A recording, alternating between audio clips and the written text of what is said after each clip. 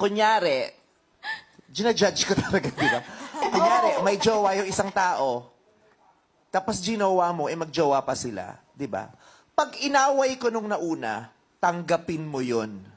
Hindi pwedeng inagaw mo yung tao, tapos ikaw pa yung galit nung inaway ka. Hindi. Di ba? Tanggapin mong awayin ka. Kasi yun ang kapalit nung ginawa mo eh. Di ba? Kung masaktan ka, di masaktan ka, yun talaga yung kapalit, di ba? Marami kasi, di ba, yung ikaw yung dahilan kung ba't sila nasira, naagaw mo yung jowa nila nung magjowa pa sila. Naagaw mo yung jowa niya nung magjowa pa sila. Tapos ikaw pa yung galit, ikaw pa yung maldita. Di ba? Sira ulo ka. Hindi, di ba? Magpakumbaba ka man lang kasi nakasakit ka eh. Di ba? Wag yung, ikaw pa yung galit na, sa akin siya masaya eh. Ay, naku, sinasabi ko sa'yo, tadyakan ko puson mo pag sinabi mo sa akin yun. Sadya ka mo puso niya, tapos yung meron ka. Alaw siya.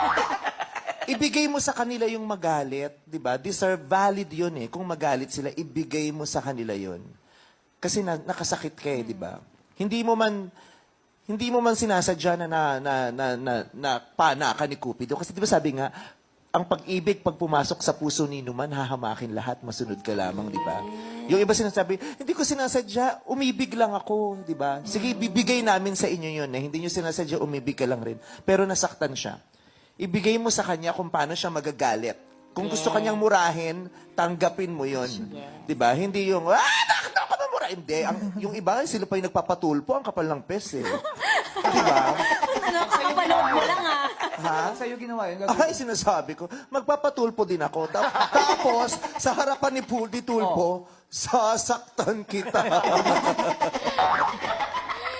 Oo, sasaktan talaga kita, di ba? Ibigay mo sa mga nasaktan yon na masaktan sila.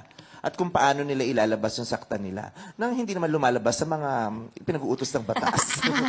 Wag naman, doon lang tayo sa boundaries ng batas naman. Oo, baka sabi, nanakit kayo, wag naman ang gano'n. Yung Huwag naman yung ibang sakit. Oo, wag naman. Oo. Siguro hanggang hanggang oral defamation lang. Sinaktan mo